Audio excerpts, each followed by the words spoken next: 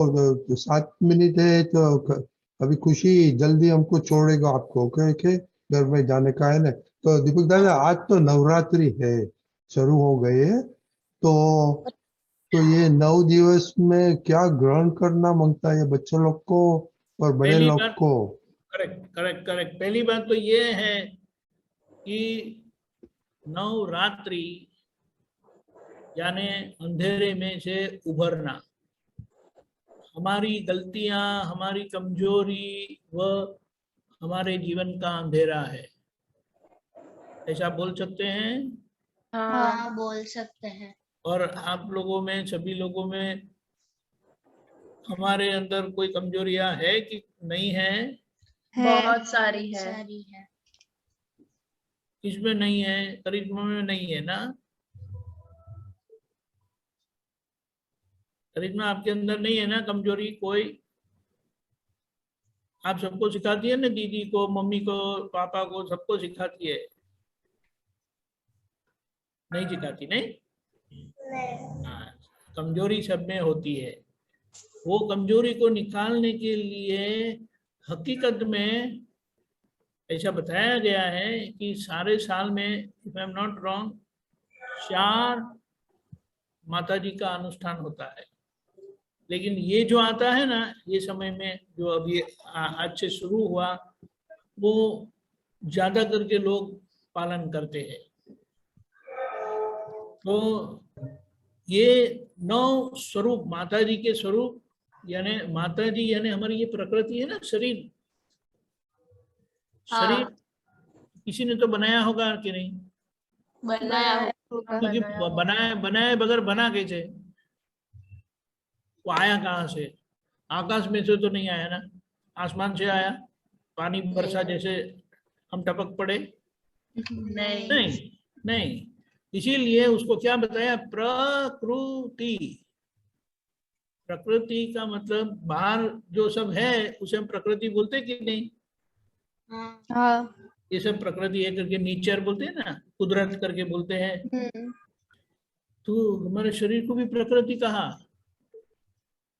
और ये हमारी जो प्रकृति है, यानी प्राकृष्ट भाव से की गई कृति का परिणाम, विशेष भाव से की गई क्रिया का परिणाम। खुशी लिखती नहीं है, पेन नहीं है, पेपर नहीं है आपके पास? है ना? हाँ। नहीं, ये खुशी है। तो विशेष भाव से की गई कृति यानी क्रिया का परिणाम, इसीलिए हम जन्म से एंड तक क्रिया करते ही रहते हैं। मन कभी बंद होता है? नहीं। वाणी कभी बंद होती है? नहीं। अच्छा चलो, बाहर से तो कोई नहीं है तो आप बोलेंगे नहीं, लेकिन अंदर से तो बंद हो जाती है ना? नहीं, अंदर से तो चालू ही रहती है। अंदर जो 24/7। मैं कल सोया था तो मुझे भी मालूम नहीं, और मैं कुछ बोलने लग गया था। तो मेरे साथ तो दूसरे आप तो पुत्र थे, वो बोले अरे क्या बोलते हो? तो मेरा पता नहीं। और तमिल में आप तमिल में बोलते थे? अरे वो हमको इल्ले इल्ले नहीं आता है। तमिल इतना नहीं आता है। वो दिलीप भाई साहब हमको सिखाने वाले हैं, उन्होंने इंग्लिश टू तमिल करके बुक भी दिया था हमें। लेकिन ये प्रकृति, और प्रकृति, और ये प्रकृति के अंदर पुरुष है, सभी के अंदर। भाइयों और बहनों दोनों का शरीर है वो प्रकृति है, और दोनों के अंदर पुरुष है। वो पुरुष कौन है? शुद्धात्मा भगवान। शुद्धात्मा, दादा भगवान, शुद्धात्मा भगवान, वे सही मूल पुरुष है। और आप सोचो कि हमारे अंदर वे पुरुष है, और हमारी शक्ति बढ़ेगी कैसे? कमजोरी है तो वो किसको गिराएगी पहले, हमें या दूसरों को? हमारी कमजोरी हमें गिराएगी ना? हमें। हाँ। तो ये सब कमजोरियों को निकालने के लिए हमारे बुजुर्गों ने ऐसा अनुष्ठान रखा है कि सारे साल में 4 दफा आप इस तरह से नवरात्रि कर सकते हैं। लेकिन ये नवरात्रि की बात करेंगे। तो आज इसका पहला दिन है और पहले दिन का यह माता जी के कौन से स्वरूप की आराधना करते हैं? शैल क्या? शैलपुत्री। शैलपुत्री यानी शैल यानी कौन? उनके पिता हिमवान थे। हिमावन, हिमावन यानी माउंटेन। देखो हमारे जो शास्त्रकार जिन्होंने ये शास्त्र बनाए ना, वो जानते थे कि लोगों को सीधा समझाने की कोशिश करेंगे ना तो उनको समझ में नहीं आएगा। इसीलिए सभी हकीकत को उन्होंने एक कथा के रूप में, स्टोरी के रूप में बनाया, और स्टोरी सही लगे और उस स्टोरी के पीछे, उस कथा के पीछे यह सिद्धांत रख दिया। ये बाहर भी प्रकृति है और हमारा शरीर भी प्रकृति है, सही है। तो वो प्रकृति को कमजोरी सब निकल जाए, उसके लिए बोले पहाड़ कितना बड़ा होता है? सबसे बड़ा पहाड़ कौन सा है? Mount Everest. जी मोनिका, आपने अपना म्यूट करके क्यों रखा है?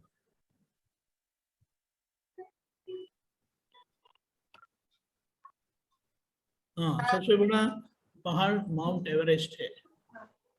और माउंट एवरेस्ट जैसे हम बड़े हो सकते हैं, कैसे बड़े होंगे? इतने बड़े कैसे होंगे? तो बहुत मुश्किल काम नहीं है।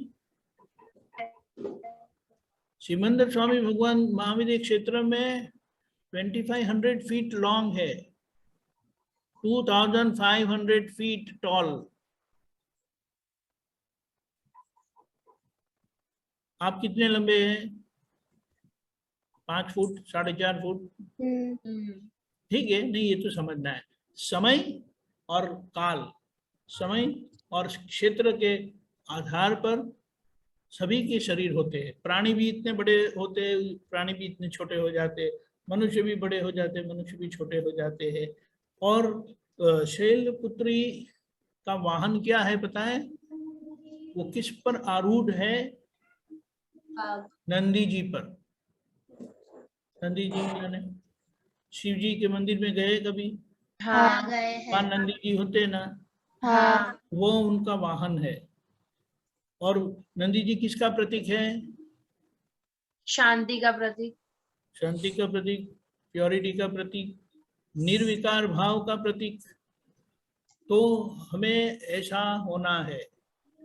विकार यानी कोई असर नहीं होनी चाहिए। किसी ने कह दिया तो ऐसा हो जाता है। मार्क्स कम आए, वो मार्क्स टीचर ने कम दिए नहीं, कि आपने अच्छी से पढ़ाई नहीं की इसलिए? अच्छे से अच्छे से पढ़ाई पढ़ाई नहीं की। एक और अच्छी बात दादा ने बताई है, आपके लिए कोई और जिम्मेदार है कि आप ही जिम्मेदार हैं? हम ही जिम्मेदार हैं। तो प्रहर नहीं मानता। प्रहर तो ऐसा बोलता है कि मेरी शक्ति के लिए, मेरे सक्सेस के लिए, मेरी सफलता के लिए मैं जिम्मेदार हूँ, और जहाँ मैं निष्फल जाता हूँ वो मम्मी डैडी सब सारी दुनिया जिम्मेदार है। ऐसा है? नहीं। तो सही बात क्या है? सही बात क्या है? आपके लिए आप जिम्मेदार हो कि मम्मी पापा टीचर वगैरह सब? हम जिम्मेदार हैं। तो ये जागृति, आपके लिए आप जिम्मेदार हो कि मम्मी की वो आश्वी है वो जिम्मेदार है? हाँ, अनम्यूट करो। आपके लिए कौन जिम्मेदार? हाँ, मम्मी। आपके लिए मम्मी जिम्मेदार है। बेचारी मम्मी। वो आप छोटे हैं ना इसलिए आपको लगता है, सही बात है। लेकिन जैसे बड़े होंगे ना तो आपको पता चलेगा कि हमारे लिए हम ही जिम्मेदार है। तीर्थ जिया, हमारे लिए हम ही जिम्मेदार है। इसलिए दादा भगवान ने ऐसा बताया है, I am Holi and solely responsible for my self. मैं ही मेरे लिए जिम्मेदार हूँ। अभी ये जिम्मेदारी को समझकर आज ये पहला दिन है तो हम उस प्योरिटी की आराधना करें, वो बिल्कुल असर मुक्त हो जाए ऐसी आराधना करें। और उसमें बहुत कुछ है, लेकिन ये मूल बात है कि हम जो है प्रकृति का अंग है। बाहर की जो प्रकृति है ना, ये सूर्योदय सूर्यास्त अपने टाइम पर होता है कि कभी भी हो जाता है? अपने टाइम पर होता है, हाँ, टाइम पर होता है। यानी वो तो कुदरत का भाग है ना, हाँ और वो अपने आप बिल्कुल परफेक्ट काम करते हैं ना, हाँ करते हैं। और हम अपने टाइम पर उठ जाते हैं ना। हाँ टाइम टेबल बनाने पर भी हम बिल्कुल टाइम पर उठ जाते हैं ना। 5-10 मिनट आगे हाँ। हो जाता है। 8-10 मिनट, हमने तो 2-2 घंटा सुना है। 6 बजे का टाइम है तो 8 बजे उठे। तो ये सब कमजोरियां कही जाएगी। हाँ तो हमें ये समझ लेना है कि इस तरह से आज का दिन हम प्रकृति का एक अंग है। अगर प्रकृति सही है अपनी जगह पे तो हमें भी बिल्कुल परफेक्ट होना है। इसलिए तो हम वो प्रार्थना करते हैं कि दादा भगवान जी से कैसे मानवी बने, सर्वोत्तम व्यक्तित्व। सर्वोत्तम व्यक्तित्व का मानवी। ये भावना से, और ये आराधना है, प्रकृति की आराधना है। और इस तरह से 9 रात जब खत्म होगी तब क्या होता है? दशहरा होता है ना। 10वां दिन क्या करते हैं? विजयादशमी, विजयादशमी बोलते हैं। उसका मतलब है सब ये कमजोरी निकल गई तो हम 10वीं कक्षा में प्रवेश करते हैं। और अंदर से बहुत उल्लास रखना है। उल्लास समझते हैं? हाँ भीतर का आनंद कि हमें ये मौका मिला है खुद की गलतियों का प्रतिक्रमण करके उसमें से निकल आना है। दादा मुझे शक्ति दो। आप शक्ति मांगेंगे और बहुत ढेर सारी आपके ऊपर वर्षा होगी। इसीलिए ऐसा कहा है, नेवर सकम टू योर वीकनेसेस।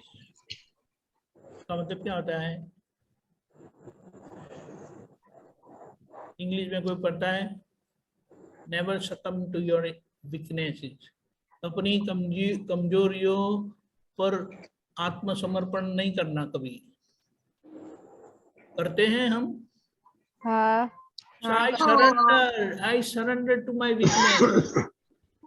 और हम बोलते हैं हम है बच्चे, ये दादा भगवान हमें आपके बच्चे।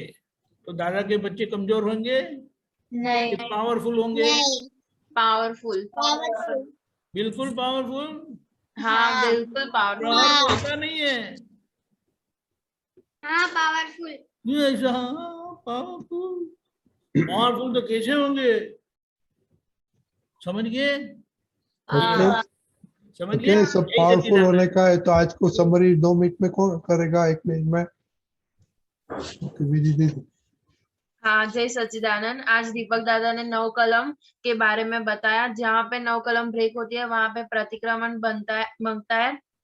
फिर हमें निश्चय करनी है और प्रार्थना करनी है। जो मन की कमजोरी है वो 9 कलम करने से हमें वो पता चलती है, और पता चले तो उसका हमें प्रतिक्रमण करना है।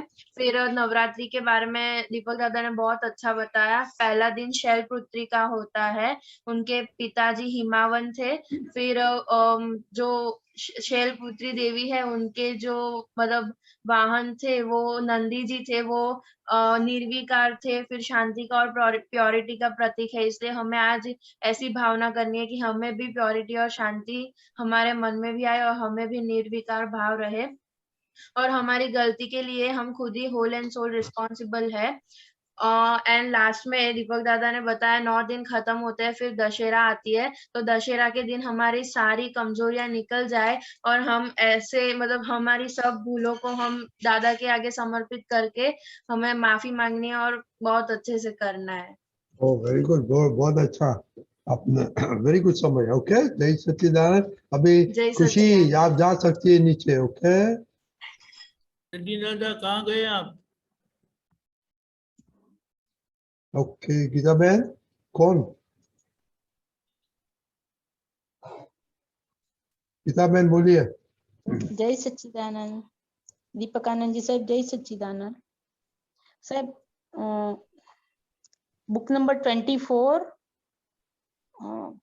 पानो नंबर 126, 126, 8